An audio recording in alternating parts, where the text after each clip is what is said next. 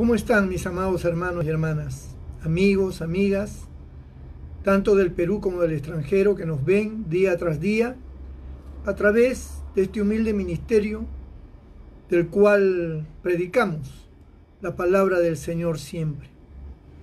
Gracias a Dios por esta oportunidad que Dios nos da de llegar hasta su corazón con las buenas nuevas del Santo Evangelio.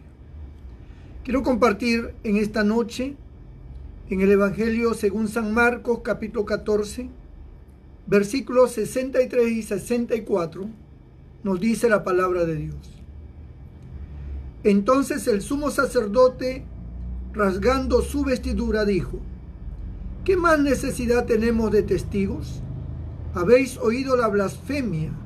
¿Qué os parece? Y todos ellos le condenaron, declarándole ser digno de muerte. Bendito el nombre del Señor. Ciertamente, hermanos, cuando nosotros analizamos las Escrituras, sobre todo en el tiempo de nuestro Señor Jesucristo, en ese entonces se vivía bajo la ley. Hasta el día de hoy los judíos viven bajo la ley. No es algo que haya quedado abrogado para ellos. Para nosotros los cristianos sí, porque Cristo es el emprendedor de una nueva era, de una nueva forma de vida, a través de su amor y su misericordia. Le llamamos el tiempo de la gracia. Pero para los judíos, hasta el día de hoy, la ley predomina. Y cuando hablamos de la ley, no estamos hablando de un concepto como el que tenemos hoy, de que tenemos la Biblia y que, bueno, el cristianismo tiene un sentido más religioso que otra cosa. O sea, cuando hablamos del cristianismo, cuando hablamos de la obediencia a Cristo, nos referimos a temas netamente espirituales que no tienen que ver con la ley civil ni con la ley penal de nuestro estado y de cualquier estado del mundo. Sin embargo, cuando hablamos de la ley judía del Antiguo Testamento y parte del Nuevo, porque Cristo vivió dentro de los evangelios bajo la ley. Cuando hablamos de la ley, estamos hablando de una ley penal, de una ley civil, de una ley laboral, de leyes como las que tienen todas las naciones a través de su constitución, a través de sus libros de derecho, que marcan allí los estatutos, los decretos, los incisos, los capítulos de la ley. Así era antiguamente en el pueblo de Israel y repito, hasta el día de hoy lo es así. La ley es un procedimiento legal de parte de Dios con penas capitales, con penas de muerte. O sea, si nosotros tuviéramos que ser juzgados por la ley de Dios, como lo es el pueblo judío, muchos peruanos no podrían hacer lo que hacen en sus pecados porque tendrían pena de muerte. Por ejemplo, los peruanos no podrían adulterar porque serían lapidados a piedras, según la ley. Entonces, tenemos que entender y mirar que la ley de Dios para el pueblo de Israel no era una ley solamente de fines religiosos, sino que contenía todo un proceso civil, un proceso laboral, un proceso penal, donde las personas eran castigadas con penas de cárcel, con penas de muerte. Entonces, tenemos que analizar eso con criterio, porque es importante para entender lo que pasó con el proceso judicial que le hicieron a nuestro Señor Jesucristo, porque de eso quiero hablar. El proceso contra Cristo, el proceso judicial contra el Señor, cómo lo juzgaron, ¿no? Ellos no lo juzgaron a través de una vía religiosa, los juzgaron a través de la ley y ellos tenían que darle forma a la ley, es decir, para ellos poder establecer una pena de muerte para el Señor, ellos tenían que corroborarlo con la ley, tenían que establecerlo con la ley, para que de esa manera pudieran establecer la pena de muerte para el Señor. Entonces, había que ser muy cautos en ese sentido para condenar al Señor. No era fácil condenar al Señor. Y de hecho no les fue fácil a estos hombres. Bueno, todos sabemos cómo el Señor se manifestó al mundo, su misericordia, su amor, los milagros, las sanidades que hacía. Pero dentro de toda ese manejo espiritual y de amor hacia la humanidad, el Señor también fue tajante y fue radical en la declaración contra los fariseos, los escribas, los maestros de la ley, que eran los principales de cuidar y velar la ley. Había una cúpula que se le llamaba el Sanedrín, y para poder juzgar a una persona y darle una pena capital, una pena de muerte, se tenía que reunir el Sanedrín, que estaba compuesto por 70 personas, muy celosos de la ley, y que ellos analizaban el aspecto de la ley para no cometer una injusticia. También estaban los ancianos del pueblo, que también tenían jerarquía y tenían autoridad y eran parte también de ese juzgamiento a cualquier persona que irrumpía la ley. También estaban los fariseos, los escribas, los maestros de la ley, y por supuesto estaba el sumo sacerdote, ¿verdad? Quien era el que prácticamente determinaba, era el que dirigía y determinaba si era culpable o inocente la persona. Pero todos estos personajes, ellos tenían que dirimir, tenían que establecer la culpabilidad para que pudiera entonces ponerse la pena capital. En el proceso contra nuestro Señor Jesucristo se violaron casi todas las leyes del Talmud, porque a través del Talmud o a través del Pentateuco o a través también de la Torah, como se le llama, los 5 libros de Moisés donde están todas las leyes, se violaron muchas cosas. En primer lugar, el Señor nunca hizo las cosas a ocultas. Así que públicamente Él hablaba, Él enseñaba, y lo hacía en las sinagogas, lo hacía en las plazas, lo hacía en los campos, lo hacía desde una barca a la orilla del mar, etcétera, etcétera. Su ministerio fue un ministerio público totalmente, donde cada palabra que Él emitía era considerado y evaluado aún por los mismos fariseos y por la misma gente religiosa que lo odiaba. Ellos buscaban una palabra para prenderle, para hacerle quedar mal y sobre todo para justiciarle, porque ellos querían que él violara la ley. Por eso ellos estaban al tanto. Pero el Señor nunca violó la ley. Cuando Él sanaba a una persona en el día de reposo, la gente le decía: ¿por qué tú haces que ese hombre levante su camilla y se vaya a su casa cuando es día de reposo y no puede cargar nada? Entonces el Señor apelaba a el sentido de amor hacia el prójimo y decía: a ustedes, cuando un asno se atasca o se cae en un pozo, ¿acaso no lo sacan siendo día de reposo? Y esta mujer o este hombre que ha estado encadenado a una enfermedad, ¿no era lícito también ayudarlo y sanarlo en día de reposo? Entonces, ante estos argumentos de misericordia y de sentido común y de sentido humano, ellos no podían contradecirlo, porque el pueblo alababa las acciones del Señor. El pueblo reconocía al Señor y él era como una especie de respaldo que tenía el Señor ante estos hombres religiosos que buscaban de alguna manera hacer ver de que él había violado la ley, ¿no? Vuelvo a repetir, para ellos no era una violación religiosa, era una violación de la Constitución judía, era una violación de la ley penal o laboral o civil judía.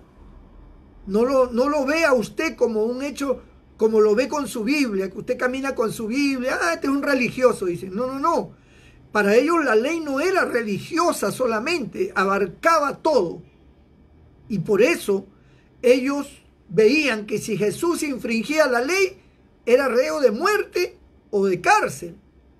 Así que ellos estaban al tanto de eso. Así que dentro de todas estas cosas apareció el tema de la moneda, que si era lícito dar tributo al César. El Señor dijo, mostrame la moneda. ¿De quién es la inscripción? Del César, pues den al César lo que es del César y a Dios lo que es de Dios. Es decir, Dios evadía sus preguntas capciosas. Dios evadía sus formas de querer prenderlo en alguna palabra, en alguna actitud que violara la ley o que estuviera en contra de Roma o en contra de los judíos. El Señor nunca se los permitió. Muy sabiamente sabía evadir estas situaciones, este acoso, ¿no? que tenía, estas coacciones que tenía de parte de estos personajes perversos, porque eran gente perversa. Hasta que llegó un momento en que la situación se puso muy complicada y no sabían de qué acusarle. No podían acusarle de sedición, que era pena de muerte. Recuerden que el propósito de ellos era condenar a muerte al Señor. Tenían que buscar un delito que tuviera esa figura capital de pena de muerte. Ellos querían eso, ellos querían matar a Jesús. Ellos no lo querían encerrar en una cárcel. Ellos no lo querían tener prisionero o que pague una multa. No, ellos querían matarlo. Y buscaban ansiosamente algo que pudiera ser prueba contundente para la pena capital. Por eso estaban siempre detrás de él. Dentro de las multitudes que seguían al Señor estaban esta gente perversa mirando y observando. Es como, por ejemplo, los pastores que predicamos. Hay gente que observa y está buscando una cosa para señalar. Entonces, los fariseos eran así. Los escribas, los maestros de la ley, el sumo sacerdote, ¿no? Había un hombre llamado Anás, que había sido sumo sacerdote. Él era el suegro de Caifás. Anás ya no era sumo sacerdote, pero sin embargo tenía una influencia muy grande que luego lo vamos a ver. Aquí entonces encontramos que los hechos del Señor no correspondían a una sedición. Ellos no podían acusarle de sedicioso. Sedicioso era un hombre que estaba en contra de la ley tanto judía como romana. Era un hombre que, por decir, un revolucionario, uno que azuzaba al pueblo en contra del César o de Roma o en contra del rey Herodes o del pueblo judío. Jesús no tenía esa connotación. Es más, él decía, al que te hiera la mejilla derecha, dale también la otra. Entonces, no había forma de acusarlo, ¿no? Hasta que llegó un momento en que se les presentó una gran oportunidad. Y la oportunidad era un testigo llamado Judas Iscariote. Judas Iscariote era el hombre que se presentó ante esa cúpula perversa para decirle, yo se los voy a entregar. Muchas veces yo me preguntaba por qué, si el Señor estaba allí, el Señor caminaba en las calles, ¿por qué Judas decía, yo se los voy a entregar? ¿Acaso no lo veían todos los días? Cualquiera podía apresarlo. Es más, en el huerto de Getsemaní, cuando la gente viene, el Señor les reclama a ellos. Le dice, todos los días he predicado en las plazas, en las sinagogas. ¿Por qué no me han capturado allí? ¿Por qué vienen con palos como si yo fuera un delincuente? Dice el Señor, como si yo fuera un malhechor. Mas esta es la hora de las tinieblas, dijo Cristo. Entonces, ¿a qué se refería Judas cuando dijo, yo lo voy a entregar? Que Judas iba no solamente a entregarlo, sino que se iba a poner en postura de testigo. Él iba a ser el testigo clave para señalar a Jesús. Tenía argumentos, según Judas tenía argumentos. Entonces ellos decían, con el testimonio de Judas, que es uno de sus discípulos, más el testimonio de otros más, lo hundimos a este. Y así lo planearon. ¿Cuánto quieres? 30 monedas de plata. Tomaron las 30 monedas, se le entregaron a Judas. Y una noche en que el Señor, después de haber tomado la Santa Cena y todo lo demás, decide ir al huerto de Getsemaní para orar. Y eso lo sabían solamente sus discípulos. Y por supuesto, lo sabía Judas. Así que todos se van menos Judas. Judas se va donde el sumo sacerdote le dice, yo sé dónde está, se los voy a entregar esta noche. Y van esa noche con esa turba de gente y ahí es donde lo apresan al Señor. Ahí lo apresan y lo traen. Lo traen dándole golpe, ¿eh? O sea, no lo traen de buena forma, que lo llevan agarrado el brazo. No, lo traen dándole golpe, metiéndole golpe al Señor, dándole escupitajo, golpeándole el rostro, pateándolo. Así lo traen, dándole de palos. Y entonces lo llevan y no lo llevan al lugar donde debería ser juzgado, que era el lugar donde estaba el sumo sacerdote llamado Caifás, sino que se lo llevan, dice el Evangelio de Juan, a el que había sido sumo sacerdote llamado Anás. Y esto indica que Anás, a pesar de que no era el sumo sacerdote, ejercía una influencia muy fuerte dentro de ese grupo de la alta sociedad, como era el Sanedrín y como eran el sumo sacerdote y los ancianos. Así que Anás lo interroga en la noche, a puerta cerrada, lo llevan a su casa y ahí lo interroga. Y comenzando, partiendo de ahí, ya se rompe el debido proceso de Jesús. Se rompe la legalidad judía contra el Señor. Porque según la ley, nadie, cualquiera que era acusado de cualquier tipo de delito, y sobre todo si se trataba de un delito de sedición o de pena capital, tenían que dársele las garantías de defensa al acusado. Y no se le podía interrogar, ni mucho menos condenar a puerta cerrada, y mucho menos en un lugar que no correspondía legalmente. Tenía que ser con el sumo sacerdote y no con Anás. Pero Anás lo interroga. Anás lo interroga a puerta cerrada y viola su derecho al Señor. Si usted analiza la Escritura, usted va a descubrir que en todo el proceso el Señor no tuvo defensor, no tuvo abogado. A él no le pusieron un abogado que correspondía de acuerdo a la ley. Es más, suponiendo que todos a una dijeran es culpable, automáticamente esa resolución, por llamarlo así, de culpabilidad, esa condena de todo este equipo, este grupo, Sanedrín, sumo sacerdote, ancianos, que declaraban culpabilidad unánime, quedaba automáticamente nula, porque tenía que tener su abogado nuestro Señor.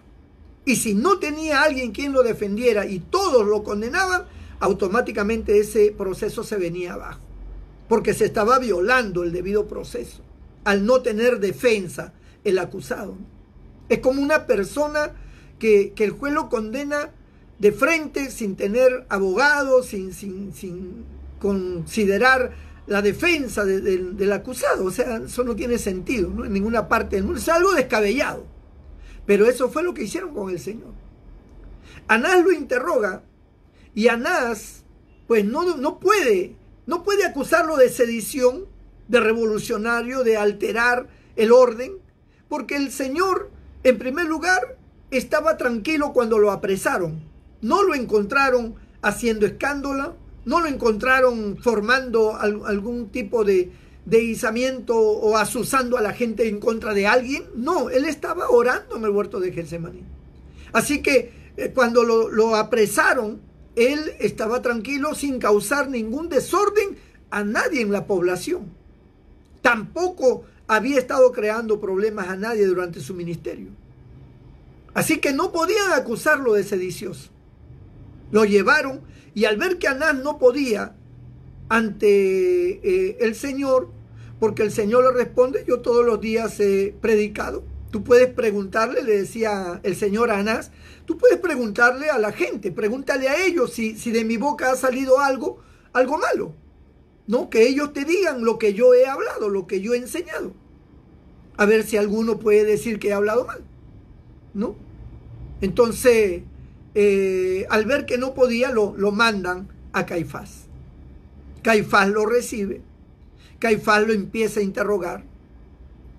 Él, al hablarle a Caifás también y a mostrarle de que no hay nada de cierto en lo que dicen, uno de los que estaban allí, que integraban el grupo de Sanedrín, porque ahora estaban Caifás, el Sanedrín, los ancianos, el mismo Anás también estaba allí. Todos estaban allí, hermano, de noche, eran como la 1 de la madrugada. Y eso era totalmente ilegal. A esa hora no se podía enjuiciar a nadie, según la ley judía. Tenía que ser de día y tenía que ser un interrogatorio y un juicio público. Ellos no, ellos a puerta cerrada ahora en casa de Caifás. Entonces, vemos acá cómo se seguía violando el derecho a nuestro Señor Jesucristo, que no tenía defensa, no tenía un abogado que lo defendiera, ¿no? Y entonces comienza el interrogatorio y uno de los hombres que escucha al Señor refutarle a Caifás, agarra y lo comienza a golpear, lo golpea en el rostro fuertemente, ¿no? Y el Señor, con esa caballerosidad, ¿no?, le dice, si he hablado mal, dime en qué está mal. Y si he hablado bien, ¿por qué me golpeas? El Señor lo que le está diciendo es, ¿por qué quebrantas la ley? ¿Por qué violas la ley al golpearme? Tú no puedes golpearme. Nadie me puede golpear mientras que el proceso está siguiendo su curso. Nadie puede agredirme. Cuando ya me condenen, pues la cosa será diferente. Tiene que haber una resolución judicial, por llamarlo así, para que puedan arremeter contra mí. Tú me estás golpeando, violando la ley, porque estaba violando la ley al golpearlo. Entonces continúa el interrogatorio y al ver que por sedición no había forma, trajeron los testigos falsos, varios testigos falsos, que no concordaban sus testimonios y por lo tanto al no concordar sus testimonios, el testimonio de ellos no valía. No se podía acusar porque no iba a concordar en el juicio ante Roma, ya, ante los romanos. Así que aparecieron dos que coincidieron. Uno dijo, bueno, yo le he escuchado decir que él va a derribar el templo y que lo va a levantar en 3 días. Y el otro dijo lo mismo, ¿no? Sí, yo también escuché que él iba a derribar el templo y que lo iba a levantar. Pero el Señor nunca dijo eso. El Señor dijo que vosotros derribaréis este templo y yo en 3 días lo levantaré. Está diciendo, vosotros lo derribaréis, no él. Yo no lo voy a derribar, sino vosotros derribaréis este templo y yo en 3 días lo levantaré. Y no estaba hablando del templo judío, sino estaba hablando de su cuerpo. Y eso lo entendía cualquiera. Pero como estaban buscando ocasión para matarlo, entonces los testigos se presentaron. Entonces, eso era un cargo de sedición. ¿Por qué? Porque él estaba yendo contra un patrimonio tan importante como era el templo, ya que el templo era el alma del pueblo judío. Y ellos lo veían como un ilícito de sedición que él estaba cometiendo. Pero no era fuerte realmente el testimonio de estos dos testigos. Y Judas, lamentablemente para ellos, ya se había matado y no podían usar a Judas tampoco. Así que al ver Caifás que se le iba de las manos y que ya no había forma de cómo tomar en ese momento ya a justiciar a Jesús, le comienza a preguntar. Entonces le dice, ¿eres tú hijo de Dios? ¿No? Como lo dice aquí en este capítulo que hemos leído, en el capítulo 14 de Marcos, y versículo 60 dice, entonces el sumo sacerdote, levantándose en medio, preguntó a Jesús diciendo, ¿no respondes nada que testifican estos contra ti? Mas él callaba y nada respondía. El sumo sacerdote le volvió a preguntar y le dijo, ¿eres tú el Cristo, el Hijo del Bendito? Y aquí es el punto donde el sumo sacerdote, al darse cuenta de que el silencio de Jesús no trascendía porque los testigos falsos, amado hermano, no tenían fuerza, no había un argumento fuerte como para acusarlo de sedición, ya que era un patrimonio físico, no era contra la gente, él no estaba solviantando a la gente. Pues el sumo sacerdote entonces le hace una pregunta clave, una pregunta de la cual dependía de la respuesta del Señor para poder ahora cambiar el delito de sedición, cambiarlo por el delito de pena capital que era la blasfemia, ¿no? Al no poder con el delito de sedición, cambia ahora, dependiendo de la respuesta de Jesús, iba a cambiar ahora el delito por el de blasfemia. Entonces dice en el verso 62, y Jesús le dijo, yo soy, cuando le dice, tú eres el Cristo, el Hijo del bendito, y Jesús le dijo, yo soy, y veréis al Hijo del Hombre sentado a la diestra del poder de Dios y viniendo en las nubes del cielo. Cuando Jesús da esta respuesta, hermano, que de hecho no es una respuesta absurda, Él no está inventando nada, Él está declarando lo que es, Él es el Mesías, Él es el Cristo, Él se va a sentar a la diestra del Padre, Él va a venir otra vez con sus ángeles, y Él está declarando, y es más, si a Él le hubieran preguntado por qué Él era el Cristo, Él hubiera tenido argumento suficiente para demostrarle que era el Cristo. Además, lo había venido haciendo ya durante 3 años y medio. Lo había venido haciendo en todas las ciudades, en las aldeas, porque la resurrección de los muertos, aún la resurrección de Lázaro, donde la gente corrió al sumo sacerdote y le dijo, ha resucitado un muerto de 4 días. ¿Qué hacemos? ¿Cómo conspiramos contra él? La gente lo sigue. La resurrección de muertos, la limpieza de leprosos, la vista a los ciegos, todos los milagros, hermano, que él hacía dentro del pueblo de Israel, daban fe de que en él había un poder sobrenatural. Su palabra cautivaba aún a los mismos que iban a prenderlo, los mismos guardias, regresaban sin él. Y el sumo sacerdote les decía, ¿dónde está el prisionero? Y ellos le decían, es que no hemos podido traerlo. ¿Pero por qué? Porque nunca hemos oído hablar a nadie como habla ese hombre. Bendito el nombre del Señor. Entonces, esto significa que el Señor, amado hermano, podía demostrar fácilmente que él era el Mesías. Y lo había venido demostrando. Y ellos en el fondo sabían de que el Señor era algo especial. De que él no era un hombre común. Él no era un hombre común como cualquier otro. Él no era un simple profeta, un maestro como le llamaban. No, él era mucho más. Él era mucho más y ellos lo sabían. Y le tenían envidia, le tenían celo. Y no querían aceptarlo.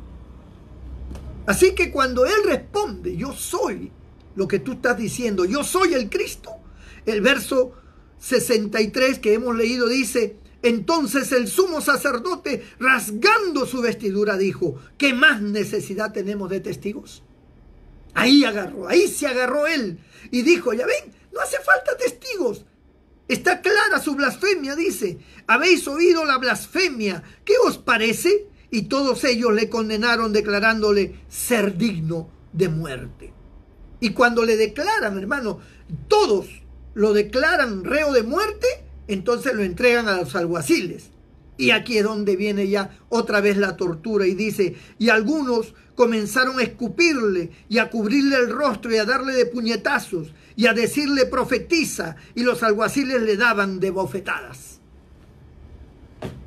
esperando que amaneciera, porque ya con esa prueba contundente ellos tenían que ir a Poncio Pilato, el gobernador, porque Roma les había quitado a ellos el derecho de la pena capital. Alguno dirá, pero ¿cómo es que apedreaban entonces al adúltero? Porque a la adúltera la iban a apedrear. Sí, pero eso lo hacía el pueblo. Eso lo hacía el pueblo. El pueblo se reunía junto con ellos y todo el pueblo. Así que en ese sentido no podía haber una pena capital para todos. No podía haberlo. Escapaba ya eso de las manos de... Es como que el pueblo se levanta contra un delincuente y lo queman vivo en la calle, así. Ya, porque la policía no va a apresar a toda la gente. Ya murió, bueno, ya. ¿Qué se va a hacer? Así era en el sentido de lapidar a alguien con piedra. No podían, los romanos no podían en ese sentido hacer nada, ¿no? Pero cuando se trataba de un enjuiciamiento a una persona, ellos no podían matarlo. Dependían de Roma. Ellos solamente podían cubrir delitos menores, mas no de pena capital. Por eso ellos necesitaban un argumento bien conciso y bien argumentado para poder presentarlo ante Pilato, porque Pilato no era un mediocre. Pilato no era cualquier cosa, era un gobernador que conocía muy bien la ley y que él trazaba y juzgaba y analizaba, interrogaba. Era un hombre muy capacitado. Y a él no le podían venir con cosas que no servían. Y miren ustedes, al día siguiente lo llevan a Pilato. Pilato dice, ¿quién es este hombre? Y ellos dicen, si no fuera malhechor, no te lo hubiéramos traído, ¿no?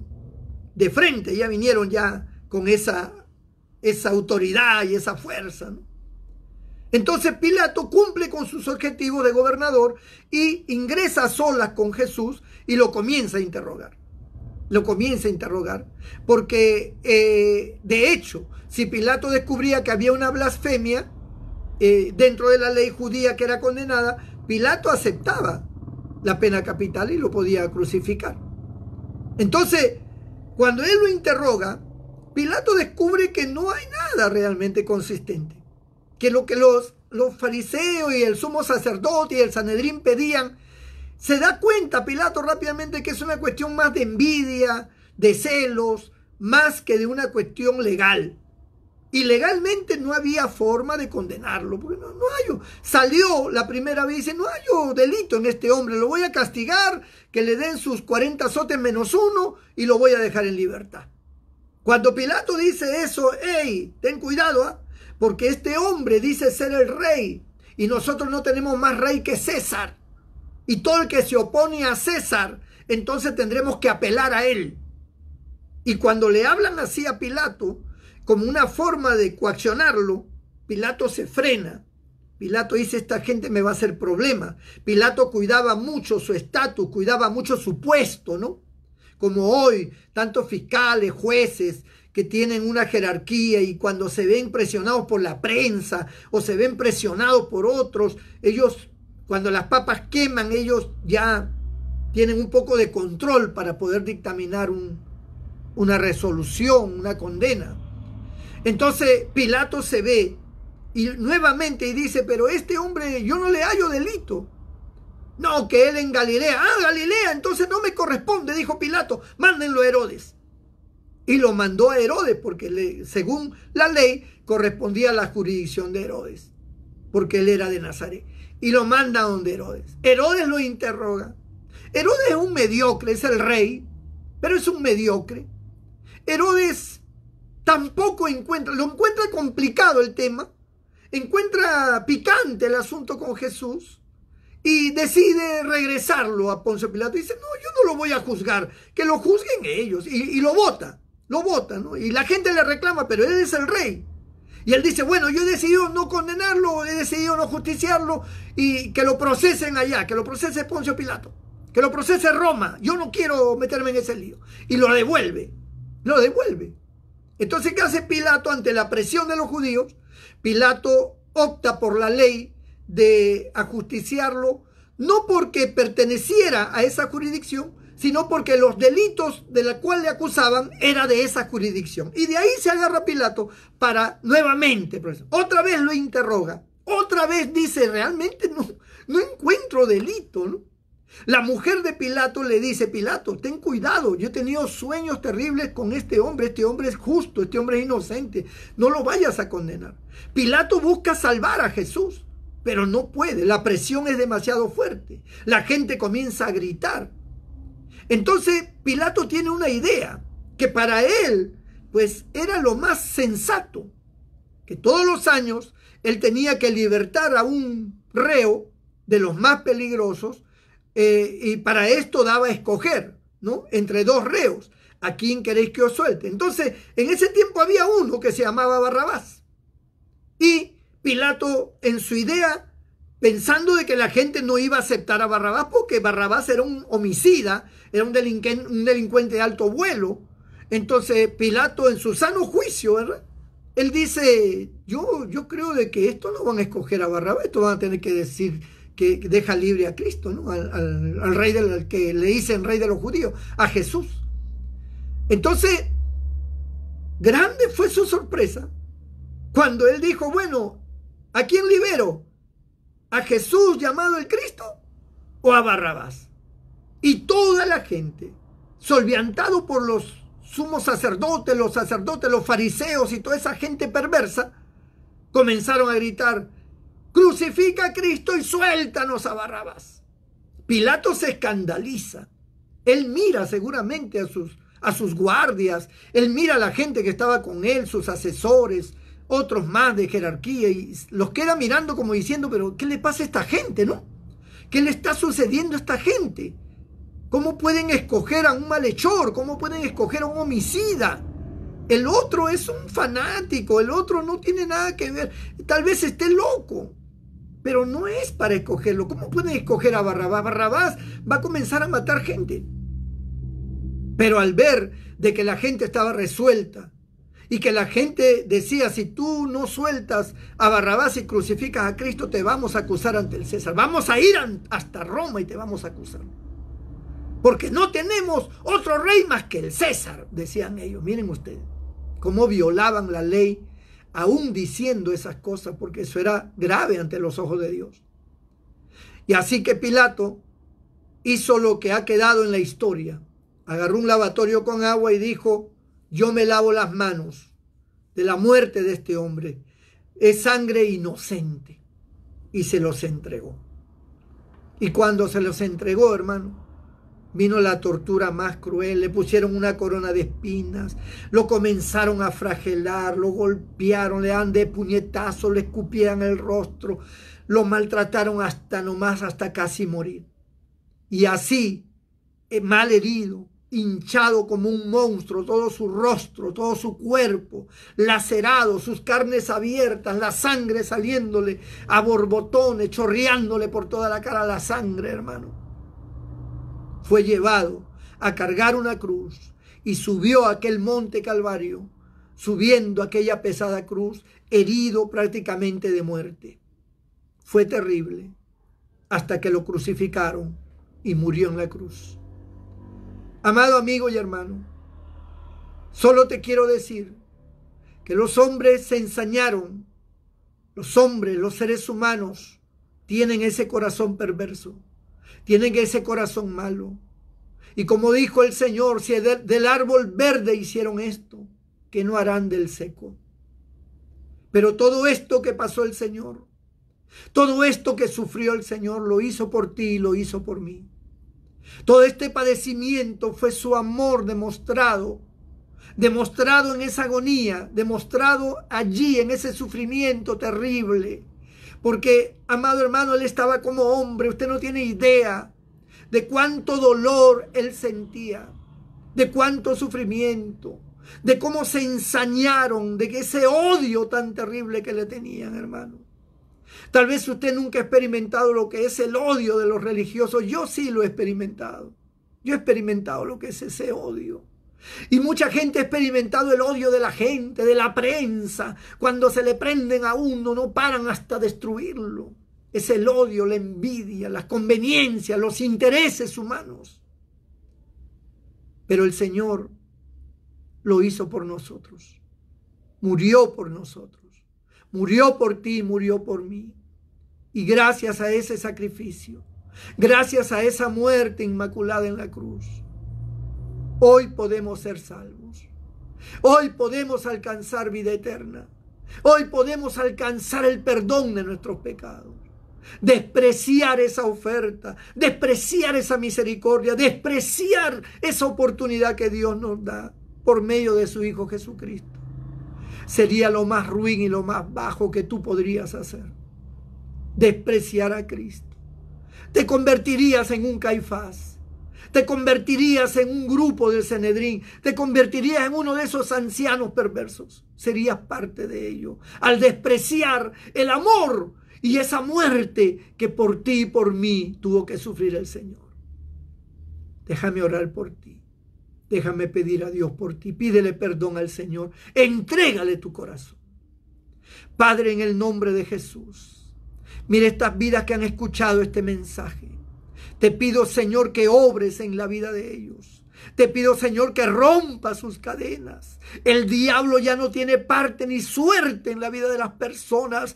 Tú, al morir en la cruz del Calvario, Señor, allí al derramar tu sangre tuviste la victoria sobre las fuerzas del mal. Las fuerzas del mal están aplastadas, están derrotadas. No tienen parte ni suerte sobre aquel que viene a ti, Señor. Rompe las cadenas espirituales, sálvalos, santifica estas vidas, Padre. Perdona sus pecados. Y los que están enfermos, Señor, pon tu mano, porque tu palabra dice que por tus llagas fuimos nosotros curados. Levanta a aquellos que están enfermos. Ordeno en este momento sanidad para aquellos que están postrados, para aquellos que están enfermos, sean sanados en el nombre y por los méritos de nuestro Señor y Salvador, Jesucristo. Amén y amén. Dios te bendiga, mi hermano, mi amigo. Nos vemos mañana, 8 de la noche, Dios mediante. Dios te guarde.